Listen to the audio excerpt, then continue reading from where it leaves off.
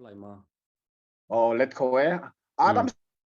sual na kan rom lo ti tu Isu zoom tuan si rim lo Isu an zoom rim lo ba kan thai pek ding se zai cha ti chun Adam ti mi hi Bible a pani Adam masa Adam manung ti mi kha wat khat na korin dal lenga chang som ni le pasari na kha khan fel ten kan mu kawan real taman la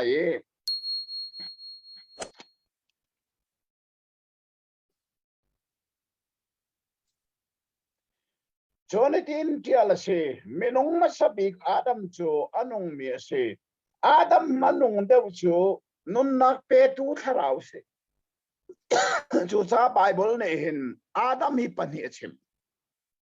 Adam masa sual na kani rom lo ti tu na zikri din nak zong ani rom khol re lo alam maum lo Adam masa sual na ani rom du lo cha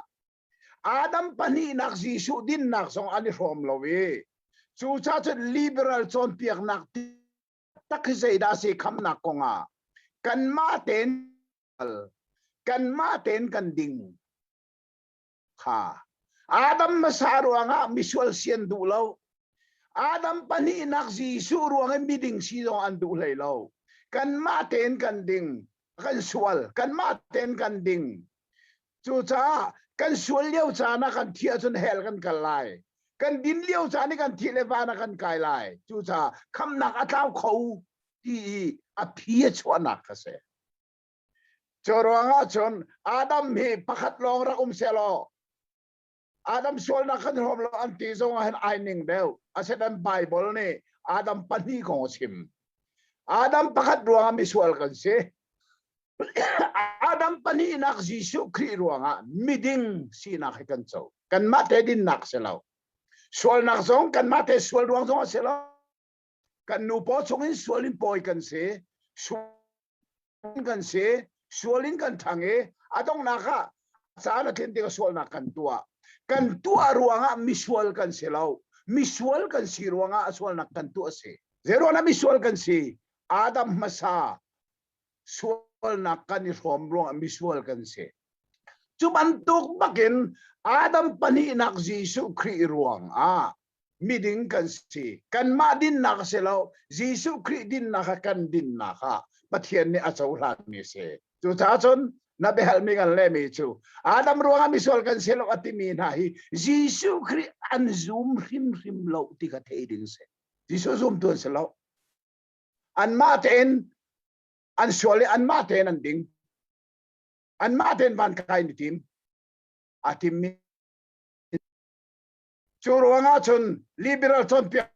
ati atua ke jong Bible siang ena ka chon mi chu